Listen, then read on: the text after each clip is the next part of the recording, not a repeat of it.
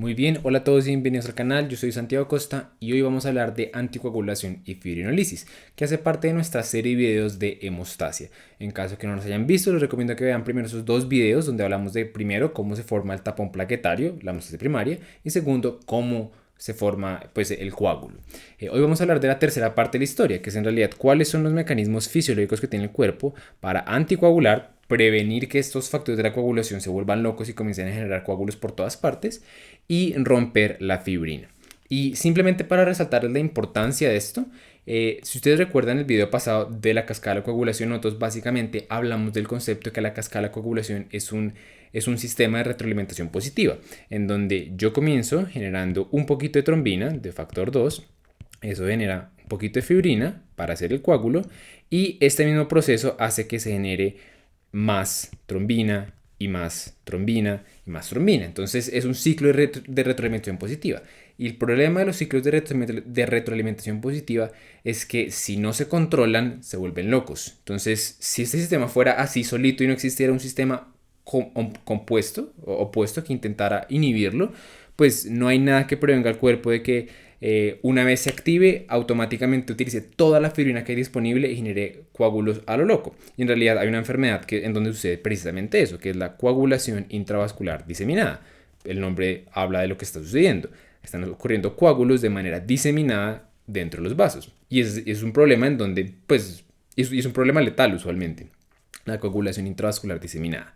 Entonces, hoy vamos a hablar de eso. Sí, de cómo el cuerpo tiene mecanismos para anticoagular, prevenir que los factores de la coagulación sigan ahí activándose a lo loco y romper el coágulo, porque es otro proceso que también eventualmente tiene que pasar para que el tejido se remodele, ¿listo? Y el coágulo pues no tiene que estar ahí presente todo el tiempo.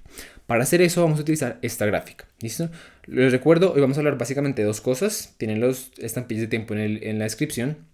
El proceso como tal de cómo ocurre la anticoagulación y la fibrinolisis y el correlato clínico. No vamos a hablar de anticoagulantes de dosis y de uso, no, vamos a enfocarnos como en la parte básica, en la parte de ciencias básicas que se puede aplicar a las clínicas. Si quieren ver videos del otro, pues tenemos un montón de videos en el canal al respecto. ¿Listo? Pero nos vamos a enfocar en la parte básica.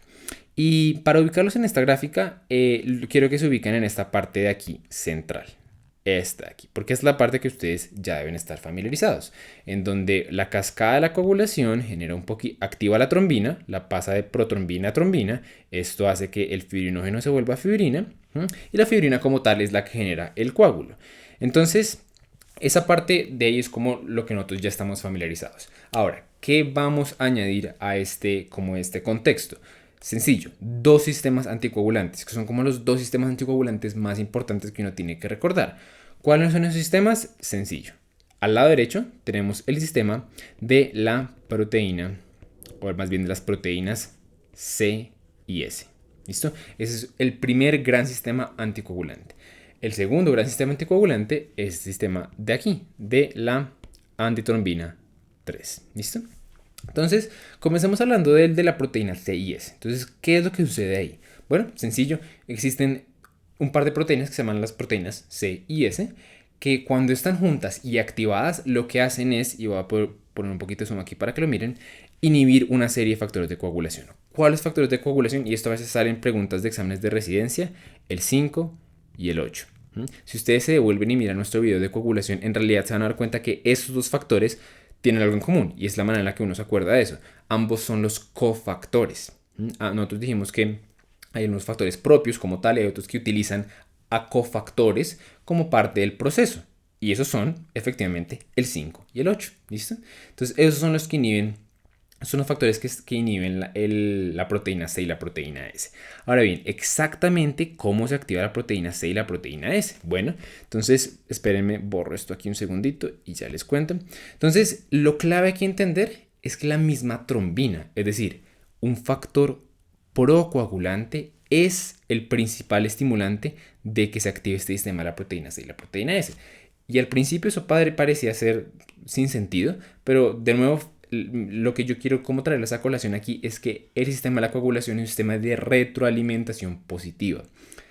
Cuando yo lo activo no hay nada que lo pare, es más, se amplifica el solito. Entonces la frase sabe que el cuerpo es sabio aplica aquí. El mismo cuerpo, al activar este sistema, sabe que si no activa al mismo tiempo un sistema contrarregulador, va a tener una situación patológica. Y es por eso que activa a este sistema la proteína C y la proteína S. Entonces la trombina, junto con otra proteína que se llama la trombomodulina, que la trombomodulina es una proteína, es un ligando que está todo el tiempo expresado en las células endoteliales, en las células de los vasos.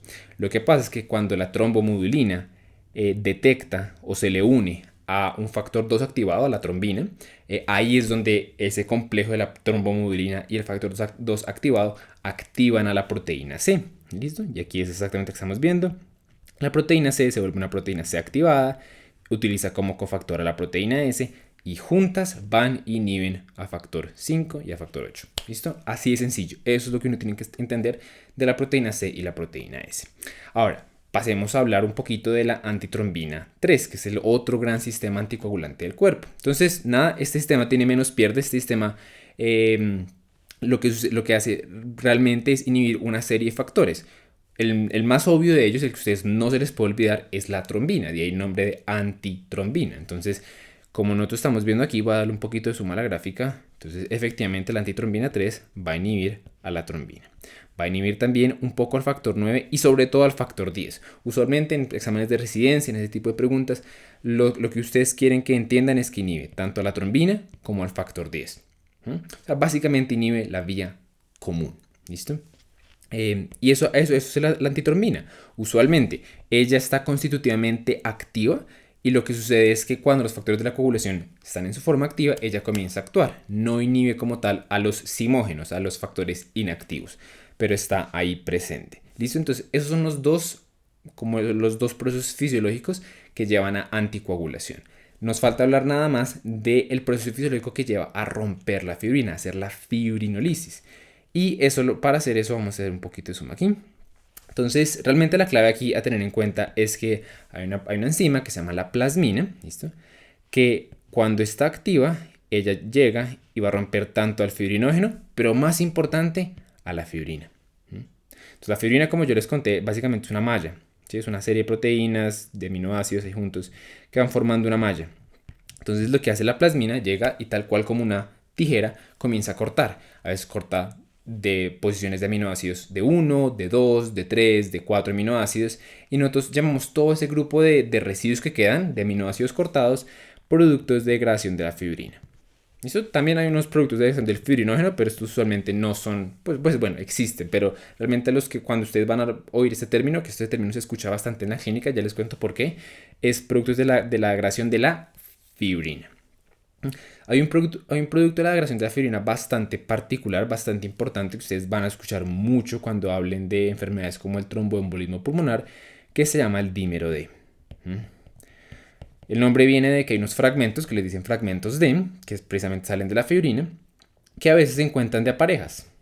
¿Sí? Lo que yo les decía, a veces yo puedo tener una sola molécula, a veces puedo tener 3 moléculas. Cuando yo tengo 2 moléculas D, que así se les dice por nomenclatura, ahí lo llamo un dímero D. ¿Listo? Pero básicamente un dímero D, ¿qué es? Es un producto de la degradación de fibrina que está compuesto de A2 y es fácil de medir, está muy estandarizado en los laboratorios. Entonces, cuando yo miro, bueno, eso realmente lo vamos a mirar en el correlato clínico, por ahora no nos metamos, pero dímero D es un producto de degradación de fibrina. ¿Listo? Ahora bien, la plasmina no es una enzima que esté constitutivamente activa, ¿sí? La plasmina tiene que activarse desde su forma inactiva, que es el plasminógeno. ¿Listo? El plasminógeno de aquí. ¿Y cómo hace eso? Sencillo, hay 2 mecanismos grandes. Uno es la uroquinasa, que es una enzima del cuerpo, está presente en algunas bacterias, pero principalmente nuestro mejor mecanismo es la enzima activadora del plasminógeno. La enzima tisular activadora del plasminógeno, que pues en inglés es TPA. ¿Listo? Enzima activadora tisular del plasminógeno. Esa convierte de plasminógeno a plasmina. ¿Listo? Aquí también decía, de una vez como para completar la gráfica, que la misma antitrombina 3 es capaz y activa a estas 2 enzimas, puntualmente a la activadora del plasminógeno, y eso lleva a que se haya plasmina y a romper la fibrina. ¿Listo? Entonces, esos básicamente son los procesos anticoagulantes y fibrinolíticos. Como yo les dije, realmente no tiene mucho pierde. El problema está en aprenderse la coagulación. La anticoagulación no es tan difícil. Pero pues hay muchos correlatos clínicos que vale la pena como mencionar aquí si ustedes son estudiantes de básicas para que vayan permeándose un poco de esta parte clínica. Y probablemente de todo esto lo más importante que ustedes pueden llevarse son mecanismos de acción de anticoagulantes. Porque si uno entiende cómo funcionan los mecanismos fisiológicos, uno va a entender que nosotros realmente lo que hacemos con los medicamentos muchas veces es potenciar los mecanismos fisiológicos o alterarlos en algún punto. Entonces, por ejemplo, uno de los anticoagulantes más frecuentes en el medio clínico es son las heparinas. Hay heparinas de bajo peso molecular, hay heparinas no fraccionadas, pero todas las heparinas lo que hacen es que se pegan a la antitrombina y potencian su actividad. Son potenciadores de la antitrombina 3. Es decir, ¿qué factores van a bloquear? 9, 10 y 2. Listo, sencillo, salió la parte de la heparina, salió. Tenemos también los anticoagulantes que inhiben de manera directa, ya sea la trombina, que pues no sabemos que es procoagulante, si la inhibo pues voy a estar anticoagulado, o el factor 10, pero eso ya los hablamos en el video anterior de coagulación, ¿listo? Pero son los anticoagulantes directos, se les dice así. Tengo eso, ¿sí? Y bueno, entonces esa parte, la parte de los anticoagulantes, clave entenderla. ¿Qué otra cosa es importante o qué otro correlato clínico existe aquí? Existe el correlante de las coagulopatías o las trombofilias. Son patologías en donde yo estoy predispuesto a hacer trombos. Y hay algunas de esas patologías que se dan porque los factores de la coagulación están hiperexpresados, pero esas suelen ser más bien raras. La gran mayoría de estas enfermedades son porque básicamente son porque en algún punto de estos mecanismos ocurre un problema. La coagulopatía hereditaria más frecuente de todas se llama el factor 5 de Leiden. ¿Listo? Voy a hacer un poquito aquí. Entonces se llama el factor 5 de Leiden. ¿Listo? Y básicamente lo que este factor 5 es un factor 5 que es completamente insensible a la inhibición por parte del complejo de proteína C, proteína S. ¿Listo? Es la coagulopatía más frecuente en el mundo. Cuando uno sospecha este tipo de enfermedades, cuando alguien relativamente joven comienza a tener episodios trombóticos, tromboembolismos pulmonares, tromboembolismos venosos, tromboembolismos en sitios anómalos, ahí uno comienza a sospechar enfermedades dentro de otros diferenciales como ese. ¿Listo? Entonces tenemos el factor 5 de Leiden, tenemos otra enfermedad que se llama la deficiencia de la antitrombina 3, hay deficiencia de proteínas C y S, bien. Hay algunas mutaciones de la trombina que la vuelven hiperactiva, pero lo que yo les dije, esos no son los más frecuentes. Hay un medicamento que me faltó, que me acabo de acordar, que técnicamente no es un anticoagulante, sino es un fibrinolítico. Es un medicamento que como tal rompe el trombo. Esos medicamentos los solemos usar en contextos urgentes, como infarto agudo de miocardio, como un ataque cerebrovascular. Y básicamente lo que ellos hacen, pues el más frecuente de ellos, es activar este paso de plasminógeno a plasmina. ¿Listo? Nosotros tenemos en realidad una forma de esta enzima, la activadora del plasminógeno, que es recombinada, que nosotros la fabricamos en el laboratorio y en muchos países se conoce como alteplasa. ¿Listo? Entonces la alteplasa lo puede hacer. Tenemos también una estreptoquinasa, pero ese medicamento no es el mejor. ¿Listo? Pero es otro fibrinolítico, la estreptoquinasa, que actúa en realidad muy similar a la uroquinasa. Y hace precisamente este paso para allá, y ese es el fibrinolítico, que le podríamos añadir aquí como una estrella acá. Las coagulopatías, los anticoagulantes, y creo que realmente lo único que falta hablar son los laboratorios, porque son los laboratorios que nosotros pedimos basándonos en esta fisiología, y probablemente el más importante de todos. Uno puede en realidad medir los factores, ¿sí? Que eso en realidad no lo mencionamos uno puede, por ejemplo, medir actividad del factor 10 activado. Uno puede medir eso para ver cómo están los niveles de anticoagulación con heparina, por ejemplo. Sin embargo, el más frecuente que ustedes van a ver es la medición de uno de estos productos de degradación de la fibrina, que es el dímero D. Nosotros medimos dímero D en contextos donde queremos saber si la coagulación se está activando o no.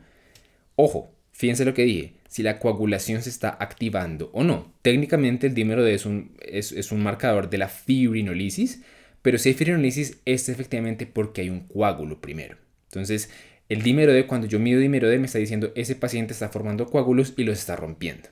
¿Listo? ¿Qué enfermedades uno suele medir esto? Enfermedades como el tromboembolismo pulmonar. Enfermedades a veces como el tromboembolismo venoso, el tromboembolismo pues, venoso profundo. La trombosis venosa profunda, qué pena, me equivoqué de nombre ahí. Esos son como las dos más importantes. Uno también puede medir los productos de degradación de la fibrina como tal, en general. Usualmente ustedes van a ver eso, ya sea en, pues la enfermedad más frecuente en la que ustedes van a ver eso es en la que yo les decía, la coagulación intravascular diseminada, que es una enfermedad donde la coagulación se está activando de una manera descontrolada y al mismo tiempo la estoy rompiendo, por lo tanto voy a esperar ver esto, productos de degradación de fibrina elevados. Algunas enfermedades, en algunos tipos de leucemias, de cáncer, uno puede medir fibrinógeno también. De nuevo, para ver en este tipo de enfermedades como la coagulación intravascular diseminada, el fibrinógeno cae porque todo se está volviendo a fibrina. Entonces, los niveles caen. Y eso es básicamente el correlato clínico que yo quería decirles de este video. Bastante corto, es bastante al punto, no tiene tanto pierde como los videos anteriores. Pero bueno, eso fue, espero que les haya gustado y nos vemos en el próximo.